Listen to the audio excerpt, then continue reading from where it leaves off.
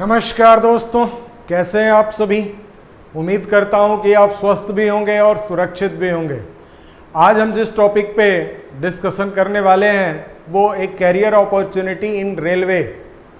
Career opportunity in railway की अगर हम बात करेंगे, कैरियर अपॉर्चुनिटी इन रेलवे, मैं बता दूं कि इंडिया में सबसे ज़्यादा एम्प्लॉई अगर हैं तो रेलवे डिपार्टमेंट में हैं। और आने वाली वैकेंसीज को देखते हुए अगर मैं आपसे बताऊं तो यह लाखों में वैकेंसीज हैं। इसलिए जिस स्टूडेंट को रेलवे में अगर इंटरेस्ट है और रेलवे में अपने एज ए कैरियर बनाना चाहते हैं तो आज उसके मल्टी डायमेंशनल और मल्टीपर्पज अप्रोचेज के साथ हम लोग आज देखने की कोशिश करेंगे कि आखिरकार रेलवे डिपार्टमेंट में कितने तरह के पोस्ट होते हैं, उनकी एलिजिबिलिटी क्या होती है, उनकी क्राइटेरिया क्या क्या होती है, वो सारा डिटेल एक एक करके हम लोग देखेंगे। तो चलिए हम लोग देखने की कोशिश करते हैं कि रेलवे डिपार्टमेंट में बेसिकली ऐसी कौन कौन सी पोस्ट जो हमारे और आपके लिए है। इसलिए आप लोग इन सारी चीज़ों को ध्यान में रख के उसके एग्जामिनेशन पैटर्न क्या है और किस तरीके से आपको प्रिपरेशन करना है, वो सारी डिटेल हम आज एक एक करके बताएंगे। सबसे पहले रेलवे डिपार्टमेंट की अगर बात करते हैं तो आरआरबी को कहते हैं, ध्यान देना, ये रेलवे रिक्रूटमेंट बोर्ड है। और रेलवे रिक्रूटमेंट बोर्ड की अगर हम बात कर लें तो इसमें railway recruitment board non technical popular categories, ये नॉन टेक्निकल, ये पॉपुलर कैटेगरी जिसको एनटीपीसी कहते हैं, ठीक है, एनटीपीसी कहते हैं। तो एनटीपीसी में नॉन टेक्निकल पॉपुलर ये कैटेगरीज है। उसके बाद आरआरबी यानी कि railway recruitment board assistant loco pilot, जो लोको पायलट का मतलब ये हो जाएगा कि जो ट्रेन को चलाने वाला जो पर्सन होगा उसका रिक्रूटमेंट। उसके बाद ग्रुप डी की अगर बात करते हैं तो ग्रुप डी में ये रिक्रूटमेंट में लेवल 1 की अगर हम बात करते हैं वो भी हम बात करेंगे। और आरआरबी जूनियर इंजीनियर की, जेई की बात करेंगे। तो जनरली देखा गया है कि रेलवे डिपार्टमेंट में इतने तरह के पोस्ट आते हैं। रेलवे डिपार्टमेंट में इतने 4 टाइप के रिक्रूटमेंट होते हैं, यानी हर साल इन 4 टाइप के एग्जाम्स कंडक्ट कराए जाते हैं। एनटीपीसी में लाखों लाख वैकेंसीज आती हैं। और एनटीपीसी आप ध्यान देना कि नॉन टेक्निकल पॉपुलर कैटेगरीज की अगर हम बात करें तो उसमें अब कितने तरह की पोस्ट आती है तो ध्यान देना, RRB NTPC, the railway recruitment board RRB conduct RRB non technical popular NTPC exam fill the various auxiliary post in the Indian railway. Indian railway में विभिन्न तरह के जो पोस्ट होते हैं वो नॉन टेक्निकल, ध्यान देना कि नॉन टेक्निकल, उसका रिक्रूटमेंट कराने के लिए यह प्रोसीजर्स है और यह आरआरबी एनटीपीसी के द्वारा किया जाता है। इसमें आप देख सकते हैं कि कौन कौन सी पोस्ट है। तो जूनियर क्लर्क कम टाइपिस्ट की, इसमें जूनियर क्लर्क की पोस्ट होती है। उसके बाद अकाउंटेंट क्लर्क कम टाइपिस्ट की होती है, जूनियर टाइम कीपर की होती है, ट्रेन क्लर्क की होती है, कॉमर्शियल कम टिकट कलर की होती है, ट्रैफिक असिस्टेंट की पोस्ट होती है। इसके अलावा अगर हम बात कर लें गुड्स गार्ड की होती है, गुड्स गार्ड की, सीनियर कॉमर्शियल कम टिकट ये कलर की होती है, सीनियर कलर कम टाइपिस्ट की होती है, junior account and assistant come typist होती है, सीनियर टाइम कीपर की होती है, कॉमर्शियल अप्रेंटिस की बात होती है, और स्टेशन मास्टर जिसको एएसएम कहते हैं, असिस्टेंट स्टेशन मास्टर। तो एनटीपीसी में नॉन टेक्निकल कैटेगरी, ये पॉपुलर कैटेगरी की एनटीपीसी की बात करते हैं तो इतने तरह के पोस्टों का रिक्रूटमेंट, एक एग्जाम कंडक्ट होता है, उसमें इतने तरह की पोस्ट आपको अलॉट होते हैं। इसकी एलिजिबिलिटी क्या होती है? इसकी एलिजिबिलिटी अगर हम ध्यान दें, the candidate willing the writing RRB NTPC exam must keep the following eligibility criteria, और वह उसकी nationality, citizen of candidate must be national of India, Nepal, Bhutan, ये जो ध्यान देना वो नेशनल हो या नेपाल और भूटान के भी होते हैं तो उनके कुछ क्राइटेरिया के अनुसार हम लोग देखते हैं।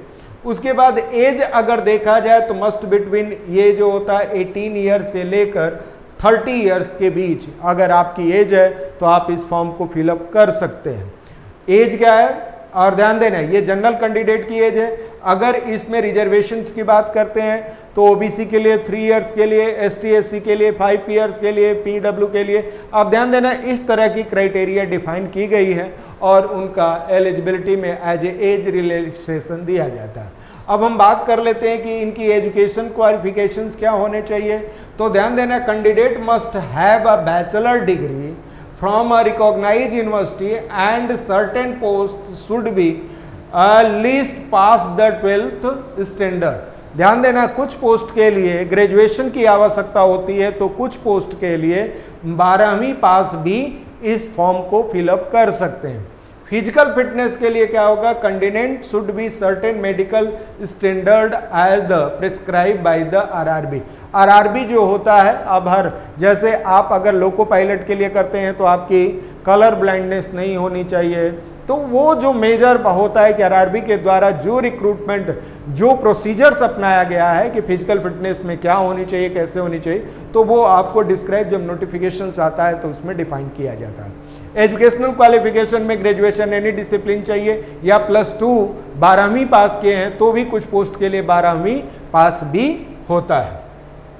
अब उसके बाद एग्जाम पैटर्न क्या होता है, तो एग्जाम पैटर्न की अगर हम बात करते हैं, एग्जाम पैटर्न में फाइनल के लिए पहले एक सीबीटी होता है। सीबीटी का मतलब होता है कंप्यूटर बेस्ड टेस्ट, और कंप्यूटर बेस्ड टेस्ट का मतलब होता है कि ये ऑनलाइन एग्जाम कंडक्ट होता है और ऑनलाइन में स्टेज 1 होता है। जैसे ही स्टेज 1 के बाद क्या हो जाए, स्टेज 2 होता है और उसके बाद स्किल या एप्टीट्यूड टेस्ट होते हैं, टाइपिंग टेस्ट या सदर इस तरह के स्किल टेस्ट होते हैं। उसके बाद डॉक्यूमेंट वेरिफिकेशंस होते हैं, मेडिकल एग्जामिनेशन होते हैं और इस तरीके से आपको फाइनल रिक्रूटमेंट और फाइनल सिलेक्शन आप ले लेते हैं। तो एग्जामिनेशन का पैटर्न इस तरीके के होता है। अब हम बात कर लेते हैं कि एनटीपीसी का सीबीटी 1 जो होता है, सीबीटी 1 का कंप्यूटर बेस्ड में वो किस सेक्शन से कितने, तो ये ध्यान देना 90 मिनट का यह क्वेश्चंस होता है, ऑनलाइन पेपर होता है और 90 मिनट का एग्जाम में होता है। सबसे पहले जनरल अवेयरनेस के आप देखोगे कि इसमें 40 क्वेश्चंस पूछे जाते हैं। तो जनरल अवेयरनेस के 40 क्वेश्चन होते हैं, मैथमेटिक्स के 30 क्वेश्चन होते हैं और जनरल इंटेलिजेंस और रीजनिंग की अगर हम बात करते हैं तो ये 30 क्वेश्चन होते हैं। कुल मिला के 100 क्वेश्चन होते हैं, आपको 90 मिनट में ये क्या करना होता है, सॉल्व करना होता है। तो ध्यान देना कि इसमें जनरल अवेयरनेस, मैथमेटिक्स और रीजनिंग ये कुल मिला के 100 क्वेश्चन और 90 मिनट में होता है। ये टीयर 1 कहते हैं या सीबीटी 1 कहते हैं, ये एनटीपीसी सीबीटी 1 कहते हैं। और इस क्राइटेरिया में आप देखेंगे टोटल 100 क्वेश्चन 90 मिनट होता है। अब सीबीटी जो कि अगर हम बात करते हैं, ध्यान देना रहता है 90 ही मिनट, लेकिन ध्यान देना जनरल अवेयरनेस के 50 क्वेश्चंस होते हैं, मैथमेटिक्स के 35 क्वेश्चन होते हैं और रीजनिंग के भी 35 क्वेश्चंस होते हैं। इस तरीके से टोटल 120 क्वेश्चंस होते हैं और 90 मिनट में ये करते हैं। और ये भी कंप्यूटर बेस्ड, ये ध्यान देना ये भी कंप्यूटर बेस्ड होता है, टेस्ट होता है, यानी ऑनलाइन एग्जाम कंडक्ट होता है। और ध्यान देना एनटीपीसी एग्जाम के लिए 1/3 माइनस मार्किंग भी होती है, 1/3 आपका माइनस मार्किंग भी है। अब आरआरबी एनटीपीसी एग्जाम सिलेबस क्या होता है, तो आपने देखा कि मैथमेटिक्स और उसके बाद अगर देख सकते हो तो रीजनिंग और उसके बाद मैथमेटिक्स आप देख सकते हो, जनरल अवेयरनेस देख सकते हो और जनरल इंटेलिजेंस या रीजनिंग की बात करते हैं। The only difference the number of question asked the each stage, the 100 question in CBT stage 1। अभी आपने देखा कि स्टेज 1 में 100 क्वेश्चंस था और दूसरे स्टेज में सीबीटी स्टेज 2 में क्या होगा कि ये 90 मिनट में 120 क्वेश्चंस आपको करने होते हैं। तो कुल मिला के आप देखोगे कि सीबीटी 1 और सीबीटी 2, एनटीपीसी सीबीटी 1 और सीबीटी 2 में दो अलग अलग परीक्षाएं होती है। एक में 120 क्वेश्चन होता है, 90 मिनट में करना होता है। और ध्यान देना कि इसमें जनरल स्टडीज और आपका जनरल स्टडीज मतलब जनरल अवेयरनेस, मैथमेटिक्स और रीजनिंग का सेक्शंस होते हैं। अब आपको मैं बता दूं कि इसमें बेसिकली पढ़ना क्या होता है। तो आप देखोगे कि मैथमेटिक्स में नंबर सिस्टम है, डेसिमल है, फ्रैक्शन है, यानी कि संख्या पद्धति है, दशमलव है, भिन्न है, लघुत्तम समापवर्त, महत्तम समापवर्त है, उसके बाद अनुपात एवं समानुपात है, उसके बाद प्रतिशत है, उसके बाद क्षेत्रमिति है, उसके बाद लाभ हानि है, उसके बाद अलजबरा है मतलब बीजगणित है, और उसके बाद ज्योमेट्री यानी कि रेखा गणित, और आपका ट्रिग्नोमेट्री है। ये जो मैथमेटिक्स के इतने क्वेश्चन इसमें इस सेक्शन से इतने क्वेश्चंस पूछे। उसी तरीके से रीजनिंग की बात करते हैं तो एनालॉजीज है, नंबर अल्फाबेट सीरीज है, कोडिंग डिकोडिंग है, मैथमेटिकल ऑपरेशन है, और सिमिलरिटीज और डिफरेंसेज है, रिलेशनशिप है, और एनालिटिकल रीजनिंग है, सिलोगिज्म है, जम्बलिंग है, और स्टेटमेंट है, और असेशन एंड स्टेटमेंट पे। इस तरीके से रीजनिंग। जनरल अवेयरनेस की अगर बात करने हैं, जनरल नॉलेज की बात करें तो नेशनल एवं इंटरनेशनल करंट अफेयर्स है, गेम एंड स्पोर्ट्स हैं, art and culture of India है, इंडियन लिटरेचर है मतलब भारत की साहित्य है, और भारत की संस्कृति और उसके कला और संस्कृति की बात करते हैं। उसके बाद monuments and place of India, Bharat के जो हिस्टोरिकल प्लेस हैं उनके विषय में आपको जानना है, और 10th स्टैंडर्ड में आपको जनरल साइंस भी आपको होगा। उसके बाद freedom struggle history of India, और या फ्रीडम स्ट्रगल की बात करते हैं, physical and social economy geography of India की बात करते हैं, यानी इसमें भूगोल का भी अध्ययन करते हैं। इंडियन पॉलिटी यानी कि भारत की राज्य व्यवस्था, जिसमें लोकसभा, राज्यसभा, इन सारी चीज़ों को स्टडी करते हैं, ये संसद के विषय में स्टडी करते हैं। और भारत के अलावा जो विश्व में जो यूएनओ है, यूएन है जो है यूनाइटेड नेशन है, उसके जो जितने भी ऑर्गेनाइजेशंस हैं उनके हेडक्वार्टर, उनके हेड ऑफिस, उनका फॉर्मेशन कब हुआ, उनका बनाने का क्या उद्देश्य है, इनसे नंबर ऑफ क्वेश्चंस पूछे जाते हैं। तो ये रहा एनटीपीसी यानी ध्यान देना, नॉन टेक्निकल पॉपुलर। ये जो एनटीपीसी की अगर बात करते हैं कैटेगरीज में, तो उसमें क्या होता है, इस तरह के क्वेश्चंस पूछे जाते हैं, इजी होता है। थोड़ी सी मेहनत करेंगे तो आपकी नौकरी एक पक्की हो सकती है, लेकिन उसके लिए कंपटीशन भी बहुत ज़्यादा होता है। कई करोड़ स्टूडेंट इसमें पार्टिसिपेट करते हैं। इसलिए मैं आपसे कहूँगा कि जो भी पढ़े, अच्छे से कहने का मतलब होता है कि आप बहुत अच्छे तरीके से करेंगे तभी इसमें आपका सिलेक्शन हो पाएगा।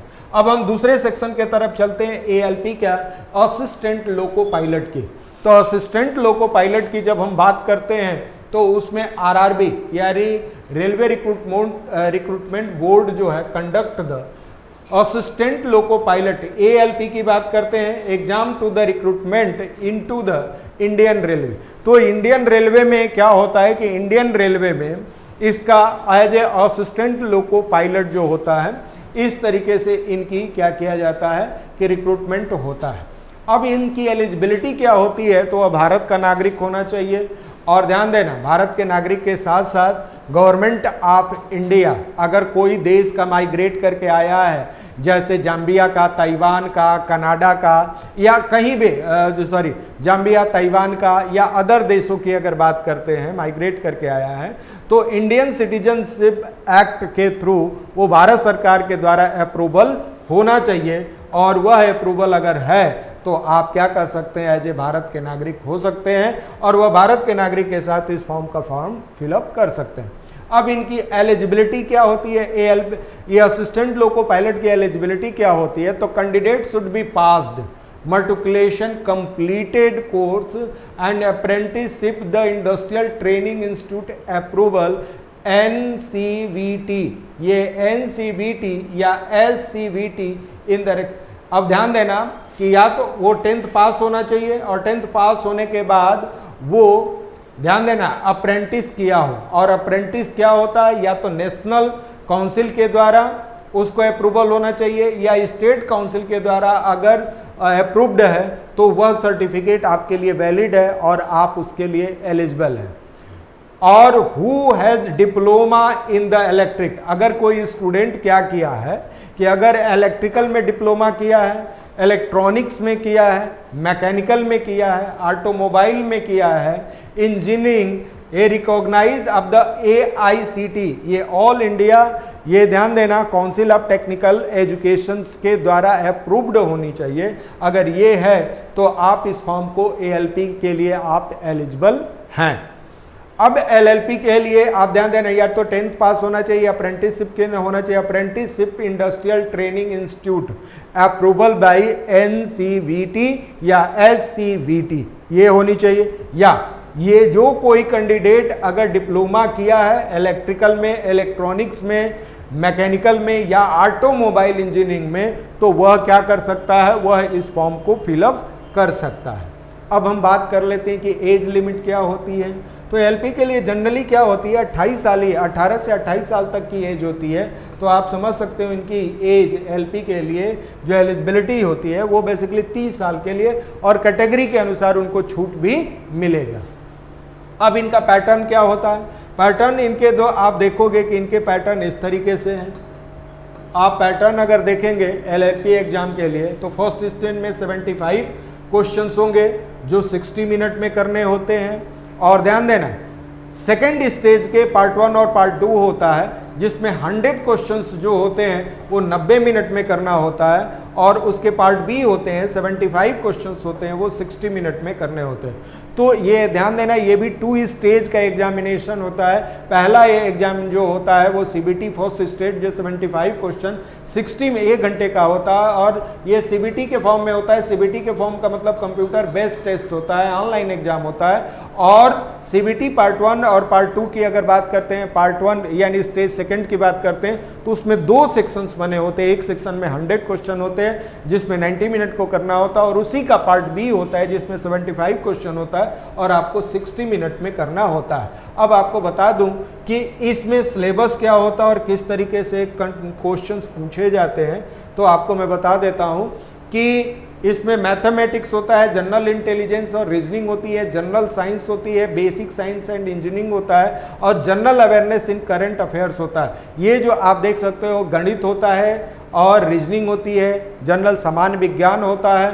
उसके बाद सामान्य बेसिक विज्ञान और इंजीनियरिंग के कुछ टूल्स और टेक्निकल चीज़ों पूछा जाता है। उसके बाद करंट अफेयर्स की बात करता है, और जनरल अवेयरनेस में आपको देखोगे कि जनरल अवेयरनेस का मतलब हिस्ट्री, ज्योग्राफी, पॉलिटी, इकोनॉमिक्स, ये जो होता है आपका जनरल अवेयरनेस, जो एक किसी प्लेस की या भारत के विषय में आप अच्छे तरीके से जाने, उसी को जनरल अवेयरनेस की बात करते हैं। अब इसमें मैथमेटिक्स, रीजनिंग और जनरल साइंस और जनरल अवेयरनेस या करंट अफेयर्स में किस तरह के क्वेश्चंस पूछे जाते हैं ये आप देख सकते हैं। तो इसमें नंबर सिस्टम से क्वेश्चंस पूछे जाएंगे, बार्डमास यानी फॉर्मूला यानी दशमलव से, भिन्न से, और लघुत्तम समापर्त, रेशियो एंड प्रोपोर्शनल यानी अनुपात समानुपात से क्वेश्चन, प्रतिशत से, क्षेत्र मिति से, और कार्य एवं वर्क से पूछा जाता है, कार्य एवं समय से पूछा जाता है, और समय, दूरी एवं चाल से क्वेश्चंस पूछा जाता है। कंपाउंड इंटरेस्ट और सिंपल इंटरेस्ट यानी चक्रवृद्धि ब्याज और साधारण ब्याज से क्वेश्चंस पूछा जाता है। लाभ हानि और कुछ क्वेश्चन जो होते हैं अलजेब्रा से भी क्वेश्चंस यानी बीजगणित से भी पूछे जाते हैं। रीजनिंग में एनालॉजीज होती है, अल्फाबेटिकल नंबर सीरीज होती है, कोडिंग डिकोडिंग होती है, मैथमेटिकल ऑपरेशंस होता है, और रिलेशनशिप होते हैं, और सिलोगिज्म होता है, और जंबलिंग होती है। ये जो होता है रीजनिंग का क्वेश्चन है।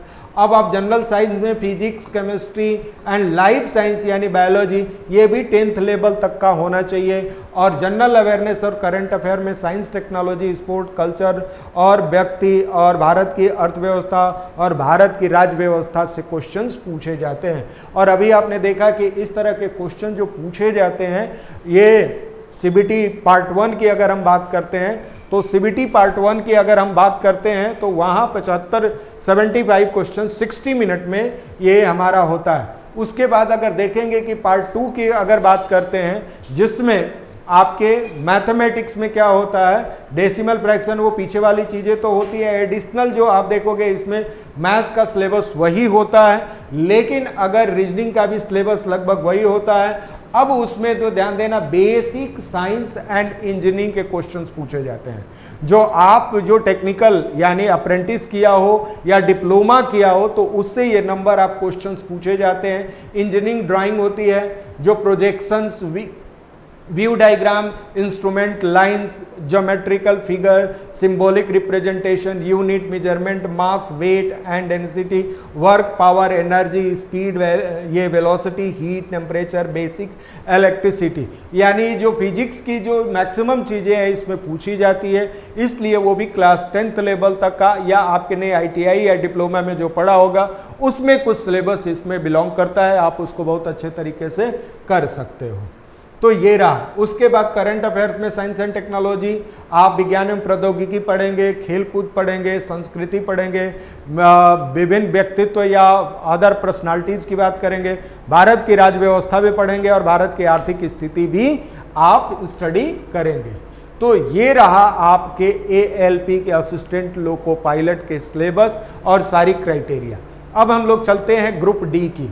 तो ग्रुप डी जो होता है, आप समझ सकते हो कि ग्रुप डी की जो पोस्ट होती है वो बहुत लाखों में इसकी वैकेंसी जाती हैं, और ये ग्रुप डी जो होती है recruitment done by the RRC, railway recruitment cell के द्वारा किया जाता है। जो आप देखोगे कि भारत का जो इंडियन रेलवे है, इंडियन रेलवे जो हो बेसिकली 16 जोन में डिवाइड करते हैं, तो ये जोन वाइज क्या होते हैं उसका रिक्रूटमेंट होती है, और उसी को इसने सेल कहा है। ठीक है। और रिक्रूटमेंट जो होता है अनाउंसमेंट बाय द ये through railway group D official notification, और हर बार इसका नोटिफिकेशन इस तरीके से आता है। अब इसमें क्या होती है, इसकी एलिजिबिलिटी क्या होती है, तो वह भारत की नागरिकता की बात करता है, एज बात करता है और क्वालिफिकेशंस की बात करते हैं। अब इसमें देख लेते हैं कि वह भारत का नागरिक हो या नेपाल का नागरिक हो या भूटान का नागरिक है या कोई रिफ्यूजी आया 1962 से पहले है, लेकिन भारत के एज ए वो इंडियन सिटीजनशिप एक्ट के थ्रू अगर उसको सिटीजन मिल गया है तो इस फॉर्म को फिलअप कर सकता है। अब एज लिमिट क्या होती है, तो एज लिमिट की आप बात करते हैं तो इनकी मिनिमम एज 18 ईयर्स होती है और मैक्सिमम एज जो होती है वो 33 ईयर्स होती है। Candidate beyond the age limit extreme at the prescribe the railway board will not be allowed appear the examination. अगर इससे आप ज़्यादा होते हैं तो वैसे भी आप फॉर्म नहीं फिल कर पाएंगे। और वेटेज की बात करते हैं तो OBC के 3 ईयर्स के लिए, ST SC के लिए PWD ये ध्यान देना, जो फिजिकली अगर दिव्यांग है तो उसके लिए अगर हम बात करते हैं कि 10 ईयर्स की वेटेज मिलती है। अगर कोई ST SC फिजिकली हैंडीकैप्ड है तो उसके लिए 15 ईयर्स का वेटेज दिया जाता है। ये ग्रुप डी की मैं बात कर रहा हूँ, ये ग्रुप डी में एज रिलैक्सेशन के होते हैं।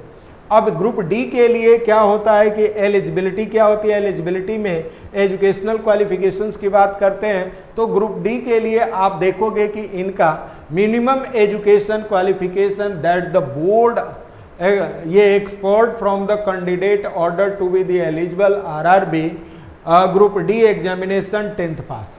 तो यह क्या होना चाहिए, वो 10th पास होना चाहिए, या ITI किसी इंस्टीट्यूट रिकॉग्नाइज इंस्टीट्यूट से किया है, जो NCVT या SCVT से क्या हो, SCVT से क्या क्या हो, या इसी के इक्विवेलेंट कोई और डिग्री लिया हो तो भी मान्य है, या नेशनल अप्रेंटिस सर्टिफिकेशन NAC के या और वह अप्रूव्ड होना चाहिए NCVT।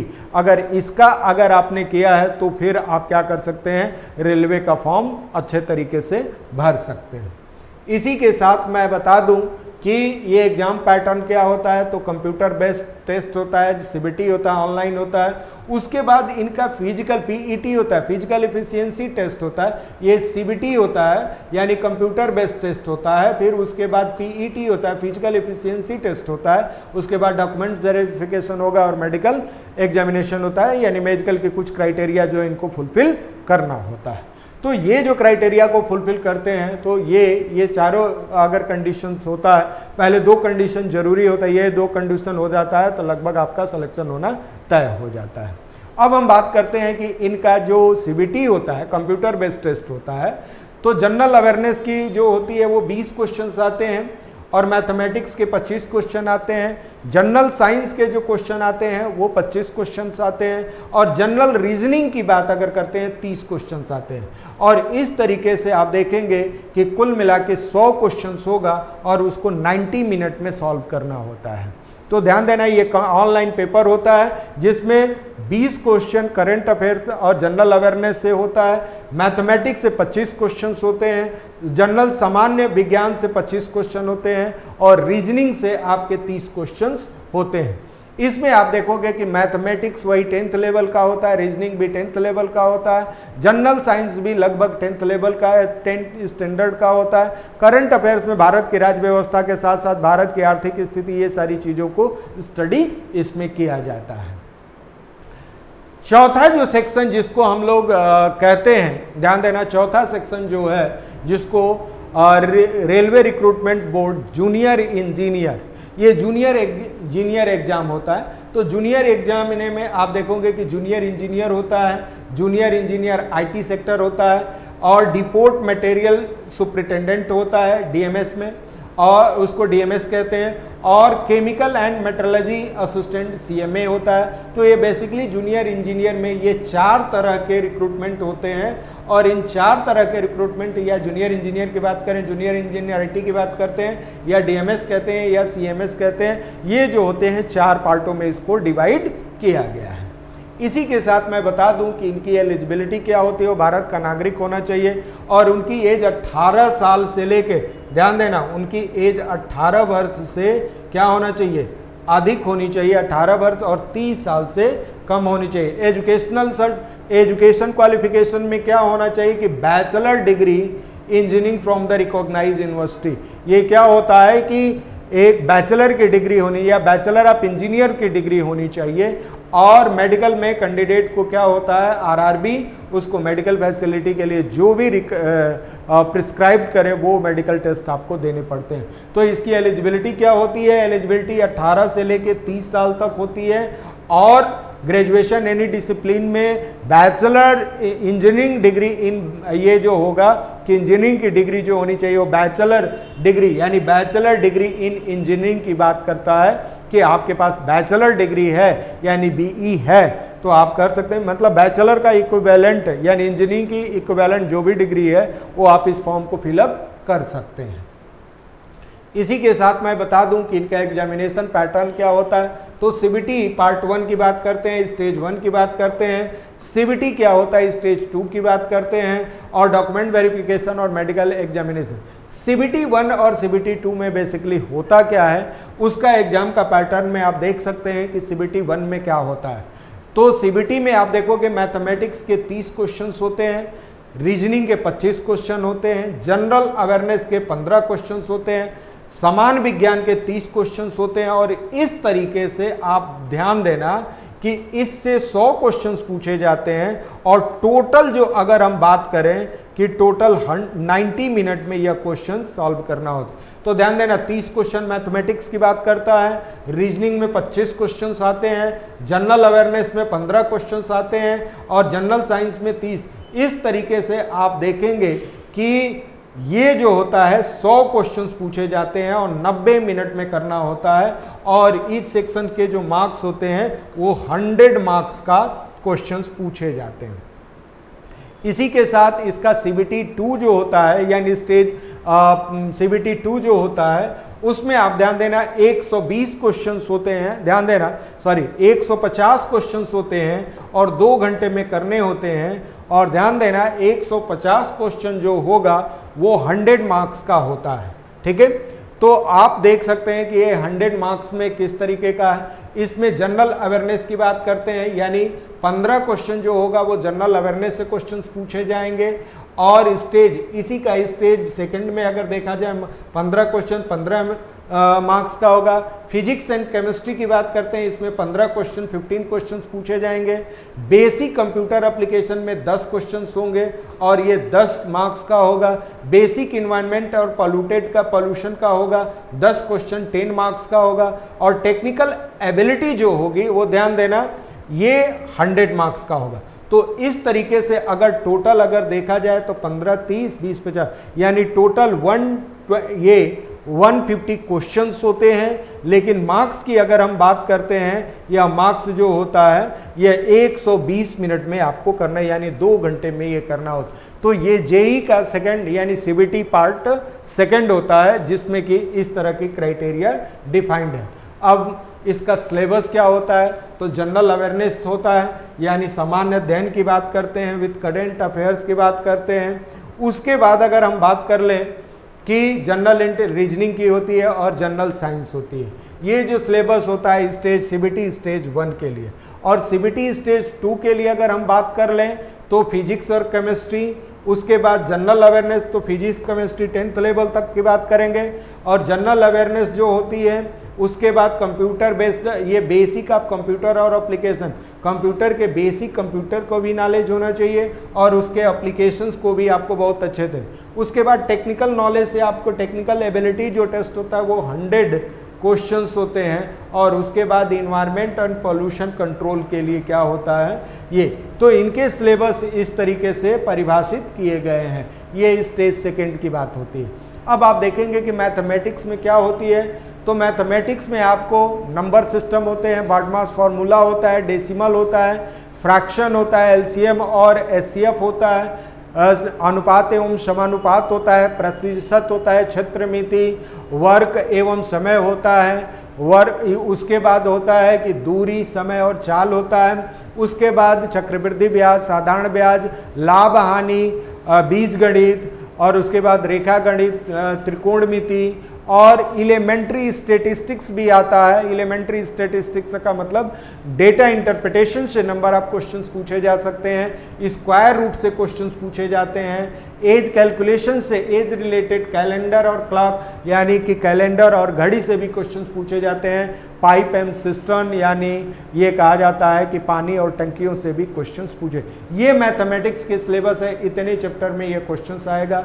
जनरल इंटेलिजेंस और रीजनिंग की अगर बात करते हैं तो जो बेसिक जनरल मेंटल एबिलिटी होती है वो सब इसमें पढ़ना होता है। इसके अलावा जनरल अवेयरनेस में knowledge of current affairs, Bharat का भूगोल, उसके बाद संस्कृति और भारत का इतिहास, और उसमें फ्रीडम स्ट्रगल यानी भारत का है फ्रीडम स्ट्रगल यानी भारत का जो आधुनिक स्वतंत्रता आंदोलन है, यानी स्वतंत्रता आंदोलन के लिए भी पढ़ना है, भारत की राज्य व्यवस्था और भारत की आर्थिक स्थिति के भी विषय पढ़ना है, और उसके बाद इंडिया में ध्यान देना इन्वायरमेंट एंड इकोलॉजी, पारिस्थितिकी और पर्यावरण की क्या स्थिति है उसके विषय में भी स्टडी करना है। वर्ल्ड में स्पोर्ट्स की जो बात करता है उसका भी हमें स्टडी करना होता है, और general scientific and technical development, जो भारत में टेक्निकल डेवलपमेंट किन किन सेक्टर में कितना हुआ है उन सबका समावेश होता है, सबका इसमें ये जनरल अवेयरनेस में होता है। उसके बाद जनरल साइंस की बात करें तो केमिस्ट्री, फिजिक्स और लाइफ साइंस यानी फिजिक्स, केमिस्ट्री और बायोलॉजी से जो 10th लेवल तक का होता है उसी से नंबर ऑफ क्वेश्चंस पूछे जाते हैं। इसी के साथ मैं बता दूं कि इसका सेकंड जो पेपर होता है यानी सेकंड स्टेज का जो होता है वो बेसिकली जनरल अवेयरनेस में जो पीछे आपने देखा भाई फिजिक्स केमिस्ट्री जो होता है वो 10th लेवल तक का पूछना है। अब बेसिक कंप्यूटर और एप्लीकेशन और basic environment and pollution control में क्या क्या होता है, तो आर्किटेक्चर ऑफ कंप्यूटर, कंप्यूटर की बनावट कैसी है, इनपुट आउटपुट डिवाइसेज क्या होते हैं, स्टोरेज डिवाइसेज क्या होते हैं, नेटवर्किंग क्या होती है, ऑपरेटिंग सिस्टम क्या होती है, जैसे विंडोज हो गया, यूनिक्स हो गया, लाइनेक्स हो गया, एमएस ऑफिस हो गया, और वेरियस डेटा रिप्रेजेंटेशन हो गया, इंटरनेट ईमेल क्या हो गया, वेबसाइट क्या हो गया, वेब ब्राउज़र क्या होगा, कंप्यूटर वायरस क्या होगा, ये जो होता है ये कंप्यूटर रिलेटेड क्वेश्चंस पूछे जाते हैं। उसके बाद बेसिक ऑफ इन्वायरमेंट ये होता है एडवर्स ऑफ इफेक्ट, उसका क्या इफेक्ट पड़ता है, इन्वायरमेंट एंड इकोलॉजी का, पर्यावरण और पारिस्थिति का क्या इफेक्ट पड़ता है, और उसके लिए भारत सरकार किस तरह का एजेंसी या किस तरीके रोकथाम के लिए क्या क्या चीज़ें किया गया उसके विषय में स्टडी करना होता है। फिर उसके बाद एयर, वायु प्रदूषण, जल प्रदूषण, उसके बाद ध्वनि प्रदूषण और उसके इफेक्ट क्या किया गया, इसके कंट्रोल करने के लिए कौन कौन से रिसोर्सेज, कौन कौन से संसाधन विकसित किए गए हैं। इसके अलावा जो हमारा वेस्ट मटेरियल जो होता है, मैनेजमेंट जो होता है, जो कूड़ा कचरा होता है उसको किस तरीके से मैनेजमेंट करना है, किस तरीके से मैनेज करना है, या ग्लोबल वार्मिंग की बात करते हैं कि वैश्विक तापन की बात करते हैं या एसिड रेन की बात करते हैं, यानी कि एसिड रेन का मतलब होता है अम्लीय वर्षा की बात करते हैं, या ओजोन डिप्लेशंस की बात करते हैं। ये ओजोन डिप्लेशन जो होता है, जो ओजोन में ओजोन का डिप्लेशन होना यानी उसकी थिकनेस को कम होना, इन सारी चीज़ों से आपसे क्वेश्चंस पूछे जाते हैं। तो ये आरआरबी, जेई, ये सीबीटी सेकेंड स्टेज का है। तो मैं आपसे उम्मीद करूंगा कि रेलवे डिपार्टमेंट में इतने तरह के क्वेश्चंस पूछे जाते हैं, और अभी तक जो एनटीपीसी की, एएलपी की, ग्रुप डी की और जेई की, यह 4 तरह के क्या होते हैं कि पोस्ट होते हैं, और इन्हीं पोस्ट के अकॉर्डिंग आप अपनी तैयारी, जो जिस एलिजिबिलिटी क्राइटेरिया को फुलफिल कर रहा है वो फॉर्म फिलअप कर सकता है और अपनी पढ़ाई कर सकता है, और उसमें एज ए करियर ऑप्शन के रूप में, एज ए करियर के रूप में चूज कर सकता है। उसके लिए मल्टी डायमेंशनल अप्रोच के साथ आपको स्टडी कराई जाएगी इसी संस्थान के द्वारा। और आपको मैं बता दूं, इसी प्लेटफॉर्म पे आप चाहें तो ऑनलाइन ऑफलाइन दोनों कोर्स देख सकते हैं, और इस तरीके से आप क्या होगा कि आप एज ए रेलवे में अपना करियर बना सकते हैं। किसी भी कैंडिडेट को अगर कोई डाउट है तो आप कमेंट सेक्शन में कमेंट कर सकते हैं, या आप कोई भी क्वेश्चंस पूछना हो तो आप इन नंबरों पे क्वेश्चंस पूछ सकते हैं। ध्यान देना, आप 7049723672 पे आप एज ए व्हाट्सएप कर सकते हैं या क्वेश्चंस पूछ सकते हैं, या दूसरा आप 7024473672 पे भी आप एज ए व्हाट्सएप करके आप पूछ सकते हैं। कोई भी डाउट हो आप अच्छे तरीके से इसे पूछ सकते हैं, और अपनी जो क्यूरियोसिटी है, जो आपको जानना है, वो आपको अच्छे तरीके से बता दिया जाएगा। इसी के साथ मैं आपसे विदा लेता हूँ। उम्मीद करता हूँ कि आप रेलवे रिक्रूटमेंट बोर्ड की सारी प्रक्रियाओं को बहुत अच्छे तरीके से समझा होगा। Thank you.